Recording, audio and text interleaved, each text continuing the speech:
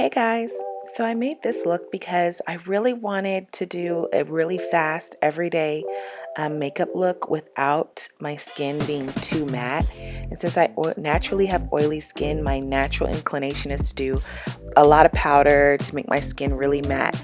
But this time I really wanted something with a little bit of luminous skin. Honestly, I just wanted skin with some glow. And this is my attempt in doing so.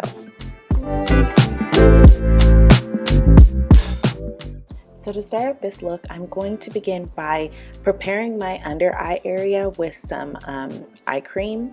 And I'm just going to massage this in because anytime I do this, I find that it just kind of prepares the skin in this sensitive area underneath my eyes for whatever products are going to go on top. And I was told when I was taught makeup was that this would actually prevent the creasing of the products in this area. And I have found that to be true. So I like to start the makeup by incorporating the eye cream and moisturizing that area first. Now I'm going to go on to Gleam Body and Face Radiance.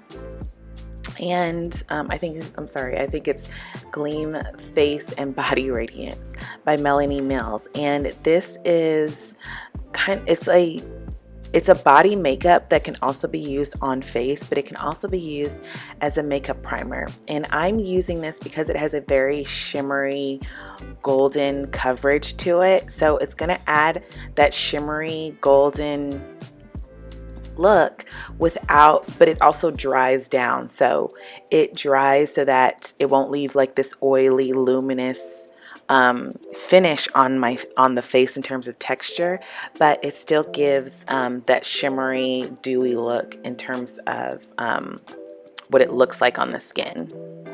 After that, I'm going to go ahead and use this orange color corrector to apply on certain parts of my skin that have darkness or that kind of have a little bit of trouble covering up just because they're overpigmented. So I'm applying that to this area, and usually I use kind of like a salmon color corrector in this area, but I'm actually going to now use more of an orange because it's going to take less effort to cover up. Next, I mixed the Gleam Body and Face Radiance into my foundation and applied that onto my skin. And now I'm taking this face brush with translucent powder already on it, and then I'm going to buff all of them together. So I'm going to buff the powder as well as the face body radiance and the foundation all together in one. That way it will still give kind of that luminous finish, but it will set everything in because the matte powder is really blending together with it. I want to sincerely apologize, you guys, because the angle on this camera and the way that it is filmed is very, very off. I was trying a new angle on my camera, and when I was recording, I thought that it was perfectly in place. And it wasn't until I started to edit this footage that I realized, oh my gosh, I cut off half of my face. So I am so sorry, and I was thinking that it was recording perfectly no matter where I moved, and every time I looked in the viewfinder it was fine, but it you know, when I was recording I was looking in the viewfinder, but yeah, no, I did not know that I cut off half of the face. And to re-record it, I loved the way that this looked so much that I didn't want to just kind of re-record it because I knew I wasn't going to get the same exact result. I mean, I would have gotten close, but I loved the end result so much that I just didn't necessarily want to re-record it. So I figured I would give that disclaimer and an apology and do better next time. So sorry guys. Now I'm going to take this concealer that's about 2 to 3 shades lighter than my skin tone to highlight underneath my eyes. And I'm going to apply this underneath my eyes, drag it up towards my temple just to kind of give more of a lifting effect with my eyes, and then also down onto the top of my cheeks. Then I'm going to blend it out a little bit with this beauty blender and just stay right in that area so that it's also blended out along my nose and also on my temples. However, I'm not going to highlight or contour anywhere else on my face for this look. I kind of want this to be more of a effortless, chic skin look, just really kind of beautiful skin that can be worn pretty much every day with any outfit. Now with this duo fiber brush, I'm going to set some banana powder underneath my eyes in order to set this creamy concealer. But then I realized that coverage was a little too light for me, so I went to my powder puff or my flat puff and applied the same powder underneath my eyes and then also on top of my lid. And then on top of that, I use that same duo fiber brush in order to apply my powder that matches my skin tone on top of that Banana Luxury Powder by Ben Nye in order to blend it with the rest of my skin. For my brows, I took a matte brown eyeshadow and I applied this into the head of my brow all the way to kind of towards the halfway point of my brow, so really only until the arch. And the way I choose the color that I'm going to use for my brows is I want it to be almost 1 to 2 shades lighter than my brow color. So it's going to be a matte brown eyeshadow, but it's a little bit lighter than my brow color. And this will ensure that my brows look fuller once I apply the eyeshadow color and not darker or thicker than they naturally are.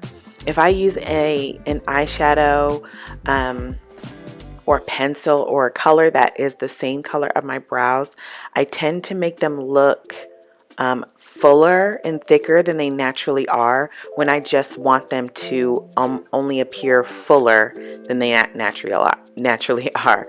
I want the same thickness and color of my natural brow, but I just want it a little bit more polished. Now I'm going to take an angle brush and I'm going to dip it onto this brow mascara, and I'm going to basically outline the edges and the border of my brow. This will help to make my brow look a little bit more precise and a little bit more sharp, and I'm going to continue this really focusing it on the tail of the brow. So the brow eyeshadow was more for the head of the brow, whereas though the brow mascara, which is going to give a little bit more precision, is for the tail of the brow.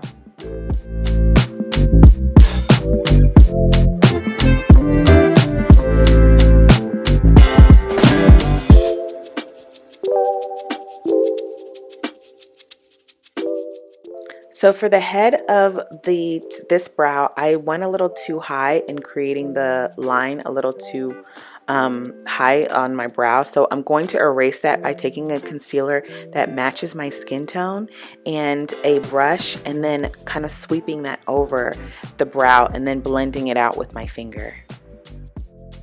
Now with the Beauty Blender, I'm going to take my highlighter, my powder highlighter, and apply it to the top of my cheekbone, but I'm going to blend it out in kind of an oval motion. So I start in the center of my cheekbone and then blend it out in an oval motion. Oval kind of shape, and continue doing that until it's completely blended out on my cheek.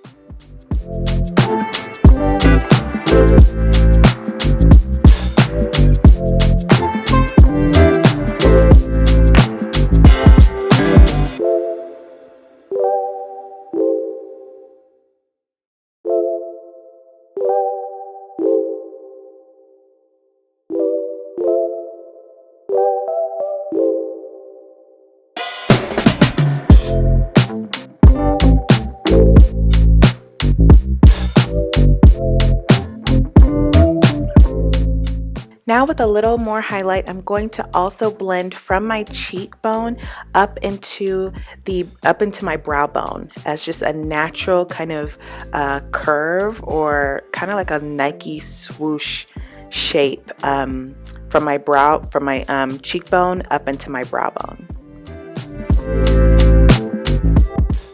Now I'm going to use a cheek stain and apply that to the center of my cheek and blend that out with the same beauty blender that I used to blend the highlighter.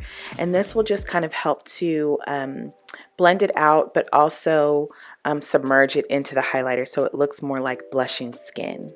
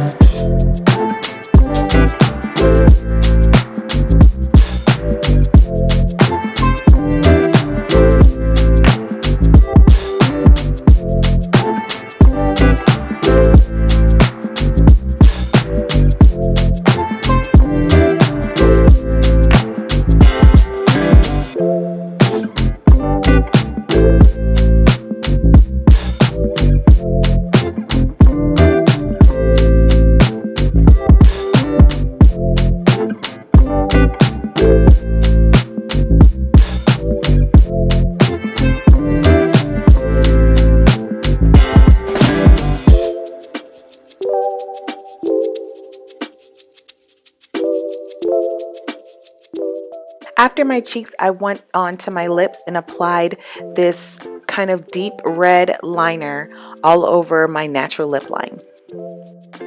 I knew I wanted a bright red lip, but I didn't think that liner was the best, so I kind of blended it out by piercing my lips together and then went over it with this deep plum lip liner. For me personally, for my skin tone, I find that the best red lip colors are very bright orangey lip colors for my skin tone, but they really complement, like when I use a plum lip liner. I don't know what it is. I think that just the contrast between the lip liner and the lipsticks really just complement my skin tone. So I tend to use a deep plum liner whenever using a bright red lipstick.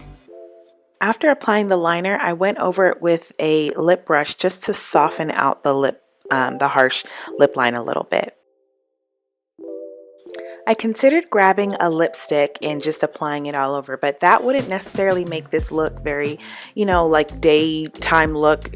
Just if I were to go outside, I would have to wear a mask, and I assumed that the lipstick would just kind of end up on the end of the mask. So instead, I grabbed my brightest red lip liner that I could find and just colored in my lips like that.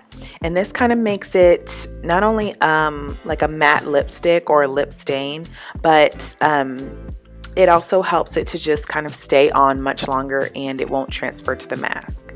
So I colored in everywhere along my lips, all the way up to the plum lip liner. And then I went over the plum lip liner with this deeper lip crayon by NARS, and it's kind of a darker red, just a hair darker, and it just helps to blend that bright red and that dark plum lip liner together. When I smiled, I noticed that on the inner corner of my lips weren't completely filled in, so I went back and filled in that part with my bright lip liner, and that's the finished look, you guys.